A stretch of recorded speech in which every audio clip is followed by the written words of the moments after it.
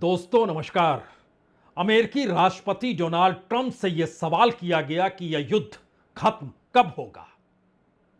Trump का जवाब था यह युद्ध कब खत्म होगा वो नहीं जानते हैं, लेकिन यह युद्ध सही वक्त पर खत्म होगा।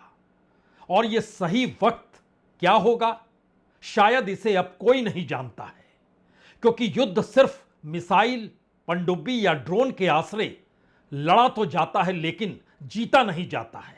जीता तो अर्थव्यवस्था के आश्रय ही होता है। और शायद यही वजह है कि पहली बार एक युद्ध ने समूची दुनिया की अर्थव्यवस्था को बिगाड़ कर रख दिया है, या कहें पूरी दुनिया के भीतर उनकी अपनी इकोनॉमी को लेकर एक संकट पैदा कर दिया है। एक ऐसा युद्ध है जिसमें पहली बार पूरी दुनिया ने जाना कि एनर्जी की ताकत का मतलब इकोनॉमी के साथ होता क्या है। पहली बार समूची दुनिया को मिडिल ईस्ट और उसकी एनर्जी की ताकत का एहसास हो गया। यानी अगर मिडिल ईस्ट को थाम दिया जाए, वहां से आने वाली एनर्जी को रोक दिया जाए तो क्या होगा, सब कुछ आंखों के सामने रेंग रहा है।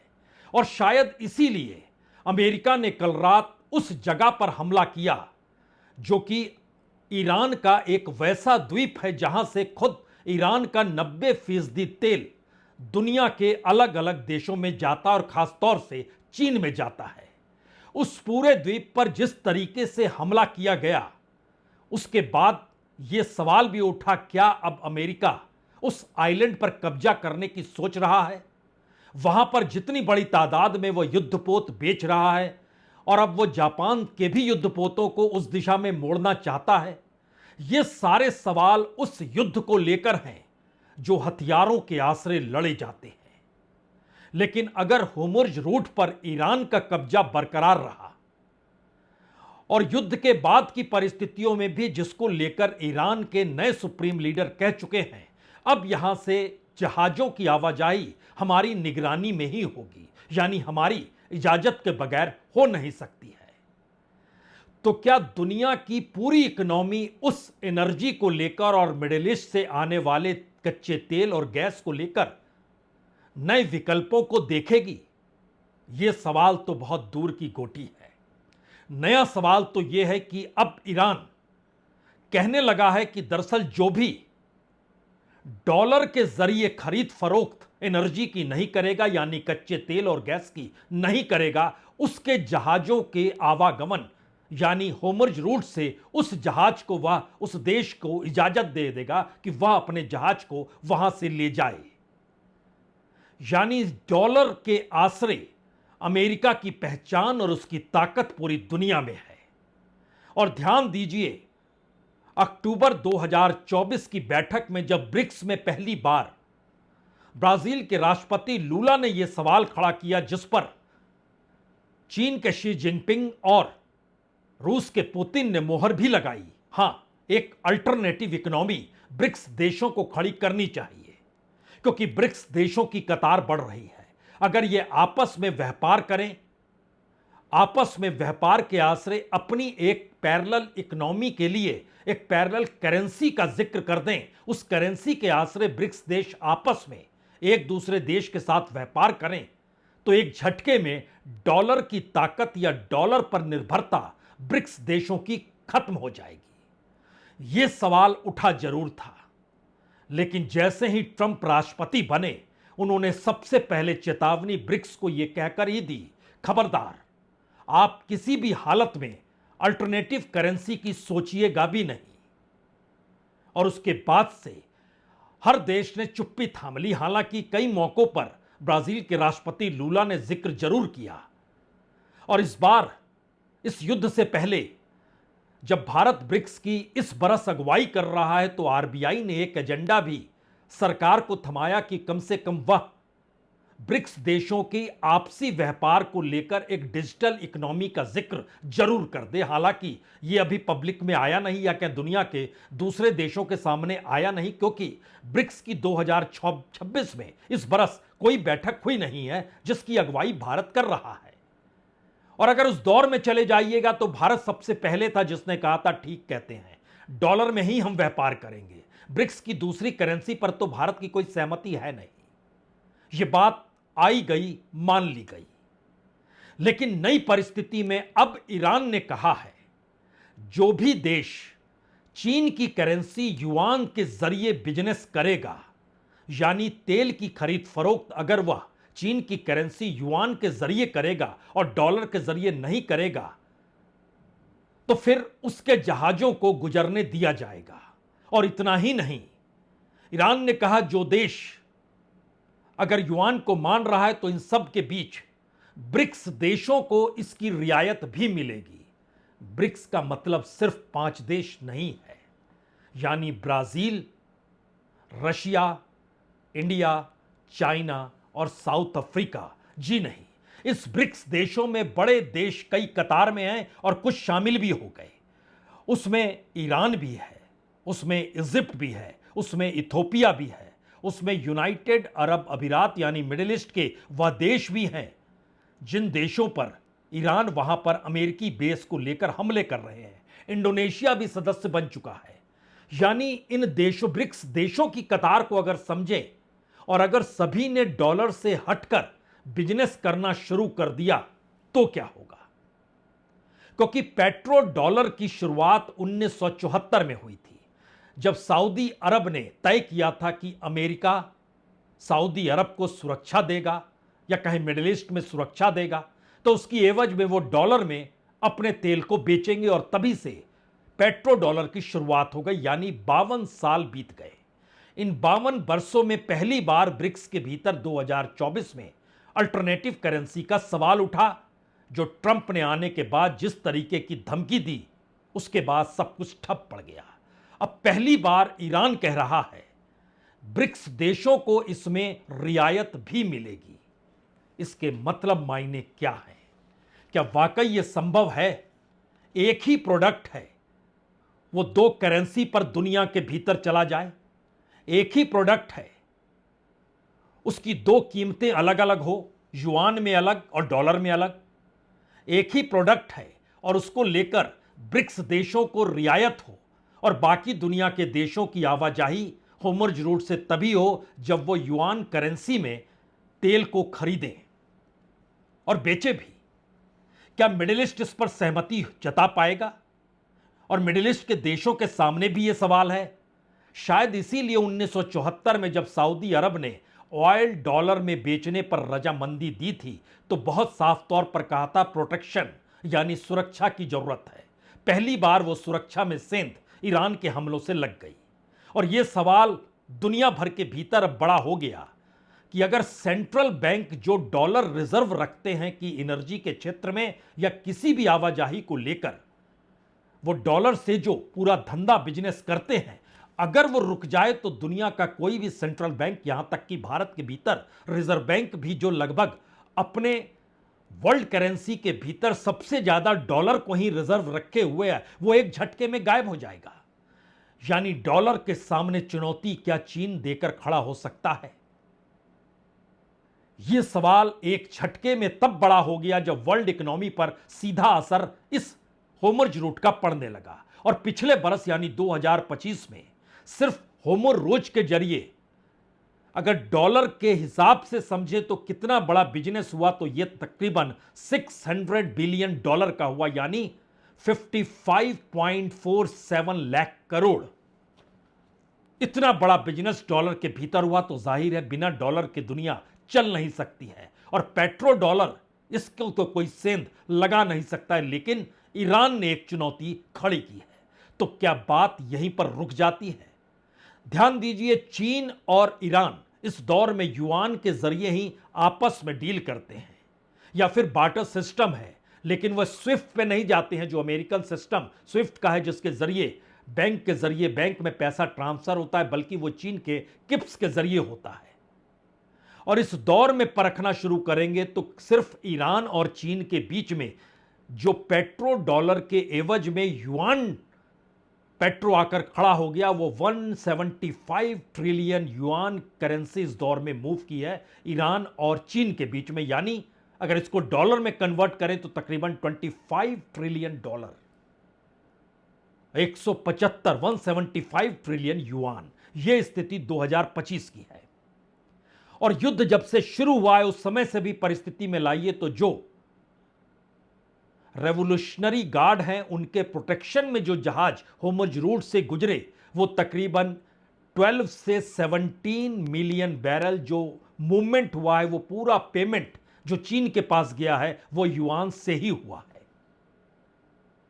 यानी ब्रिक्स थम गया। ईरान ने क्या एक नई आग इकोनॉमिक सेक्टर को लेकर अमेरिका के जरिए या अमेरिका को कटघरे में खड़ा कर डॉलर के जरिए लगा दी है। जाहिर है व्हाइट हाउस अगर ब्रिक्स की एक बैठक के बाद चिंतित था तो यह तो एकदम नई परिस्थिति, और खास तौर से तब जब अब दुनिया के तमाम देश अमेरिका के जरिए नहीं बल्कि अपने बूते पहल करना चाहते हैं कि किसी भी हालत में होर्मुज रूट उनके लिए खुल जाए। फ्रांस हो या इटली हो, दोनों ने टेलीफोन लगाया और बातचीत की ईरान से कि होर्मुज रूट से उनके जहाजों की आवाजाही शुरू कर दी जाए। और ईरान कह रहा है कि डॉलर नहीं, युआन के जरिए डील होनी चाहिए। 2 अप्रैल को मुलाकात शी जिनपिंग की अमेरिकी राष्ट्रपति ट्रंप के साथ होने वाली है। कई मुद्दों पर चर्चा है, लेकिन यह नया मुद्दा अमेरिका के लिए खतरे की घंटी बजा चुका है और व्हाइट हाउस में इस बात को लेकर चिंतित है कि अगर इस युद्ध को तुरंत खत्म नहीं किया गया, होर्मुज रूट अगर सामान्य तरीके से पहले की स्थिति में लाकर खड़ा नहीं किया गया, तो दुनिया की इकोनॉमी जिस एनर्जी के आश्रय चल रही थी उसमें पहला सवाल अब डॉलर का होगा। शायद इसीलिए एक सवाल अमेरिकी राष्ट्रपति से पूछा गया, युद्ध खत्म कब होगा? उन्होंने कहा, I mean, I have my own idea, but what good does it do? It'll be as long as it's necessary. They've been decimated. Their country's in bad shape. The whole thing is collapsing. If you read some of the fake news, it's like, oh, they're doing wonderfully. They're not doing wonderfully. They're doing the opposite. They're doing as bad as you can have. I would say this. I won't give you time, but we're way ahead of schedule. अमेरिकी राष्ट्रपति व्यापारी है, वो जानते हैं कि दुनिया के भीतर इकोनॉमिक ताकत क्या होती है। इसीलिए वह ट्रेड वार की शुरुआत करते हैं और टैरिफ के आश्रय दुनिया को अपने सामने झुकते हुए और झुकाते हुए देखना चाहते हैं, जो हुआ भी। लेकिन इस युद्ध ने क्या उन्हें फंसा दिया है? क्योंकि किसी एक प्रोडक्ट को लेकर 2 कीमत हो, 2 करेंसी हो, 2 सिस्टम हो, शायद ऐसा होता नहीं है। लेकिन अगर युआन करेंसी के आश्रय पूरी डील शुरू हो गई और फिर वो स्विफ्ट के बदले किप्स यानी जो चीन का सिस्टम है उस पर आकर खड़ी हो गई, तो एक बात तो साफ है कि किप्स प्रणाली जो है ये पश्चिमी देशों के सभी प्रतिबंधों को, सभी सैंक्शंस को दरकिनार कर देती है एक झटके में। यानी अब जिस देश के सर्वोच्च नेता को कोई पसंद नहीं करता, वह बीजिंग अब उस तरीके से उसको पेश कर रहा है जिससे अमेरिकी हवाई हमले भी उसको नष्ट नहीं कर सके। यानी ये मिसाइल और युद्धपोत की लड़ाई नहीं है, यह इकोनॉमिक लड़ाई है। और डॉलर के आश्रय दुनिया भर के भीतर जो सवाल इससे पहले अमेरिका उठाता रहा कि अन्यथा दुनिया बट जाएगी, इस युद्ध के कारण वह और परिस्थिति तेज हो गई और बढ़ती हुई दुनिया को वह एकजुट कैसे करेगा, यह सवाल उसके सामने है। वही सवाल, एक प्रोडक्ट 2 दाम, एक ही जल मार्ग है और उसके 2 युद्ध की परिस्थितियां या 2 मुद्राओं के जरिए डबल युद्ध, या फिर तेल के एक भी बैरल के लिए 2 अलग अलग प्रणाली। दरअसल चीन अपने कच्चे तेल का 45% जो हिस्सा है वो होर्मुज रूट से ही गुजरता है और 90 से 130 दिनों का जो रणनीतिक भंडार उसके पास है वह छोटी छोटी रिफाइनरी जो ईरान के भीतर कच्चे तेल को ब्रेंट की कीमत से लगभग 9 से 12 डॉलर कम कर देती है, उसके जरिए नया सवाल यह है कि अगर ईरान का तेल, चीन की प्रणाली, युआन करेंसी, ब्रिक्स को रियायत, डॉलर को दरकिनार, अगर यह स्थिति खड़ी हो गई तो क्या होगा? यह इसलिए बड़ा महत्वपूर्ण है क्योंकि इन सब के बीच इससे पहले कोई भी विकल्प खोज नहीं पाया और होर्मुज रूट जो है वो जहाजों के लिए अगर नहीं खुल रहा तो क्या यह माना जाए वो युआन के लिए खुल जाएगा एक नई करेंसी को लेकर? और 52 साल पुरानी व्यवस्था जिसके तहत हर बैरल की कीमत डॉलर में तय होती थी, अब इस युद्ध में जब वो टकरा चुकी है तो शायद वो उस डॉलर को ही खत्म कर दे। क्या यह संभव है? और शायद इसीलिए अमेरिका ने कल रात जिस जगह पर हमला किया वो जगह ईरान के लिए स्ट्रेटेजिकली बड़ी महत्वपूर्ण जगह है। एक तस्वीर उसकी देख लीजिए।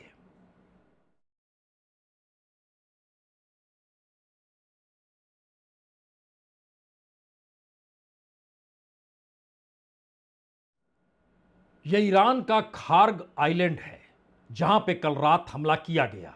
हालांकि जानकारी जो निकल कर आई उसमें किसी भी तरीके से कोई हमला वहां पर ऑयल रिफाइनरी या ऑयल को लेकर जो जो चीजें चल रही हैं उस पर हमला नहीं हुआ। इस द्वीप पर 40 से ज्यादा कच्चे तेल के भंडारण की व्यवस्था है। कुल क्षमता जो है यहां पर 2 करोड़ बैरल कच्चे तेल की है। 2023 में उसमें 20 लाख बैरल की बढ़ोतरी भी की गई। इस इलाके में जो ईरान का सबसे बड़ा अबुजार तेल क्षेत्र है उसके 3 मुख्य उत्पादन प्लेटफॉर्म भी यहां पर मौजूद है जिसमें हर की क्षमता लगभग 80,000 बैरल की है। यहीं पर तेल की जो पूरी माप होती है, जो पूरी गुणवत्ता होती है, जो विभिन्न प्रकार के कच्चे तेल को अलग अलग वर्गीकरण किया जाता है वो सब कुछ यहीं पर होता है। और खार्ग की जो पेट्रोकेमिकल कंपनी है जो कि तेल उत्पादन के दौरान निकलने वाले गैस को जलने के बदले उन्हें दूसरे वैकल्पिक उत्पादों में कन्वर्ट करती है वह भी यहां पर होता है। यानी मेथनॉल, सल्फर, ब्यूटेन, नेप्था, प्रोपेन ये सब यहां पर बनाए जाते हैं। जनसंख्या बहुत नहीं है, 8,000 की जनसंख्या है। यहां पर इस्लामिक आजाद यूनिवर्सिटी का जो समुद्री विज्ञान और जो पेट्रोकेमिकल की पढ़ाई होती है वह भी यहां पर होती है। लेकिन यह ईरान का वो क्षेत्र है जहां पर 90% तेल यहीं से निर्यात होता है। इसका मतलब यह है कि टैक्टफुली अब अमेरिका यह चाहता है कि ईरान की जो ताकत तेल को लेकर है, तेल की आवाजाही को लेकर है, तेल के प्रोडक्ट और उनकी कीमत को तय लेकर करने की है, उन सब को अपने हाथ में अब ले लिया जाए। लेकिन अगला सवाल दूसरा है। इन सब के बीच यूरोपीय कंट्रीज के भीतर भी सवाल खड़ा हो गया और इटली की मेलोनी ने कहा कि अब हम जो मिडिल ईस्ट में हो रहा है, जो ईरान पर अमेरिका ने हमला किया है, हम उससे खुद को बाहर करते हैं। मैक्रोन को कहना पड़ा कि आप अपनी सुविधा अनुसार रूस को रियायत दे रहे हैं और अगर यह कोई सोच रहा है कि हम यूक्रेन के साथ नहीं खड़े हैं तो वह भी भूल कर रहा है।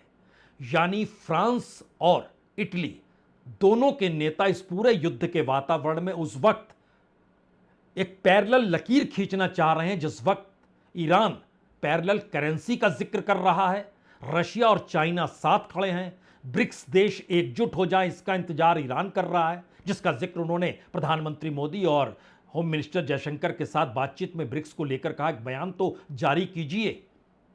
इन तमाम परिस्थिति में लेकिन पहले सुनिए मेलोनी और मैक्रोन क्या कहते हैं।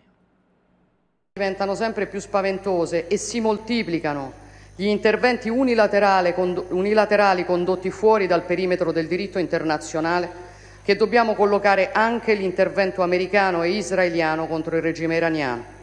Un intervento a cui, lo dico subito a scanso di ogni equivoco, l'Italia non prende parte e non intende prendere Rien parte. ne nous détournera de l'Ukraine, des efforts que nous y faisons, laquelle fait face depuis plus de 4 ans avec une ténacité et un courage remarquables à l'agression de la Russie. यूरोपीय countries या कहें NATO countries भी इस वक्त अगर America के साथ खड़े नहीं हो पा रहे हैं क्योंकि मैक्रोन रूस को लेकर यूक्रेन के साथ खुद को खड़े होने का जिक्र कर रहे हैं, अमेरिका का विरोध कर रहे हैं कि आपने रूस को रियायत क्यों कर दी, और मेलोनी कह रही है अब इटली की सेना इस युद्ध में कोई मदद नहीं करेगी। नया सवाल यह है, क्या इस युद्ध में अमेरिका की ताकत कमजोर पड़ रही है?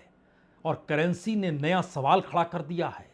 ताकत इसलिए कमजोर क्योंकि इन तमाम परिस्थितियों के बावजूद भी, यानी कल खार्ग आइलैंड पर हमला हुआ, उसके बावजूद भी इराक में जो अमेरिकी दूतावास है वहां पर मिसाइल से ईरान ने हमला कर दिया। जो दूतावास के भीतर हेलीपैड है वहां पर मिसाइल डाली गई। सऊदी में जो 5 विमान थे जो एक लिहाज से कहें कि एयरबेस पर खड़े थे और ईंधन भरने वाले ये टैंकर विमान थे, 5 विमानों को नष्ट कर दिया गया। अब तक 11 अमेरिकी सैनिकों की मौत हो चुकी है। मिडिल ईस्ट के भीतर सब कुछ ठप पड़ चुका है। मिडिल ईस्ट की पहचान टूरिज्म को लेकर भी है। हर दिन लगभग 5,500 करोड़ रुपए का नुकसान टूर एंड ट्रेवल सेक्टर को हो रहा है। होर्मुज़ रूट में फ्रांस इटली फोन लगा रहे हैं ईरान को कि आप रास्ता खोलिए। खार्ग आइलैंड पर हमले का असर क्या वाकई बिल्कुल नहीं है? ये तमाम सवाल अब उस दिशा में जा रहे हैं जहां पर चीन और अमेरिका के बीच अगर रिश्ते नहीं सुधरे, वो रेयर अर्थ को लेकर हो सकते हैं, वो ताइवान को लेकर हो सकते हैं, वो दोनों देशों के बीच ट्रेड डील को लेकर हो सकते हैं। और मुलाकात 2 अप्रैल को होनी है, यह भी तय है। लेकिन इन सब के बीच उससे पहले क्या अमेरिका ईरान पर कब्जा कर लेगा, ईरान को अपने अनुकूल ले आएगा, युद्ध से बाहर निकल पाएगा? हालांकि कल ही अमेरिका ने तय किया कि जो मरीन एक्सपीडिशरी है, ये एक ऐसी यूनिट है जिसमें लगभग 2 से 2,500 मरीन सैनिक होते हैं और ये अचानक किसी मिशन पर भेज दिए जाते हैं, उसकी रवानगी हो गई। जो एम्फीबियस असॉल्ट शिप है, ये बहुत बड़ा युद्धपोत होता है, हेलीकॉप्टर और सैनिकों को लेकर चलता है, सीधे तटीय इलाके में पहुंचता है, हमला करता है। तो क्या ये जो खार्ग आइलैंड है वहां पर कब्जा करने की तैयारी है? लेकिन इसके ठीक समानांतर ईरान के विदेश मंत्री ये कहने से चूकते भी नहीं है कि दरअसल अमेरिका देखिए महीनों तक भारत पर रूस से तेल आयात रोकने का दबाव डालता रहा, लेकिन ईरान के साथ युद्ध हुआ तो सिर्फ 2 हफ्ते के संघर्ष के बीच ही व्हाइट हाउस तिलमिला गया और उसने भारत समेत दुनिया के तमाम देशों को यह रियायत दे दी और रूस को भी रियायत दे दी कि आप तेल बेच दीजिए, और बाकियों को रियायत दी, सैंक्शन खत्म है, आप तेल खरीद लीजिए। तो यानी अमेरिकी पॉलिसी को ईरान जिस रूप में अब सामने रख रहा है, उसका मैसेज बहुत साफ है। अगर आप सही नब्ज दबाइएगा तो अमेरिका उस रूप में आपसे डील नहीं करेगा जिस दादागिरी के साथ डील वह ट्रंप ने सत्ता में आने के बाद दुनिया के साथ शुरू कर दी।